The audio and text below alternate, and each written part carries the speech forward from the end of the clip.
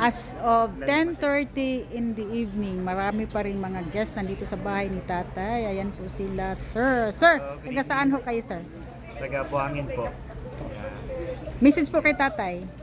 Message kay Tatay Digong. Tay, punta mo pa uli na ka. We're waiting for you. Yeah. And actually not only me, all my colleague from Viking crew.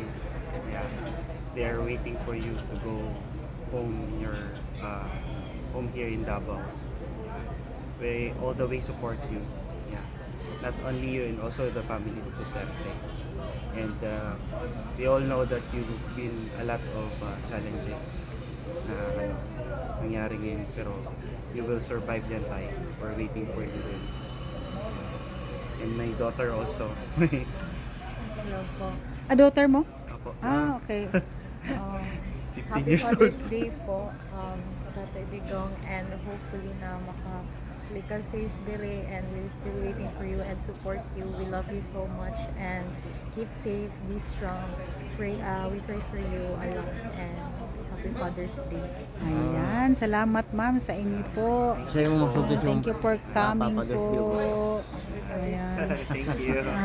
Sa imo hapon ko. Ayan, mag-ama pala ito, andito ngayon sa bahay ni tatay. Sir, thank you. Thank you kay sir ha. Pangita dyan na mo. Gipangitan na niya. Dugi na ni sa Davao pero wala pa kami radto diri ba. Ayan. Before ko mula ka on the 17 para mo sampa usab sa barko.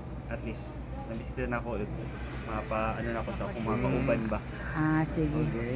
Sige sir, salamat kayo sa imuhang message para kay tatay sir Thank you. ha. Actually naapod ni sa The Hague man sila no. Oh. Pero sa province sa Juan ba kasi magdangko mi dito aba. Sige. Hindi lang sure kung dito mismo sa ano. So try lang dito sir, basi makababa di ay mo. Unta-unta dito mo mano. Oo. Sige sir, salamat kaayo. Thank you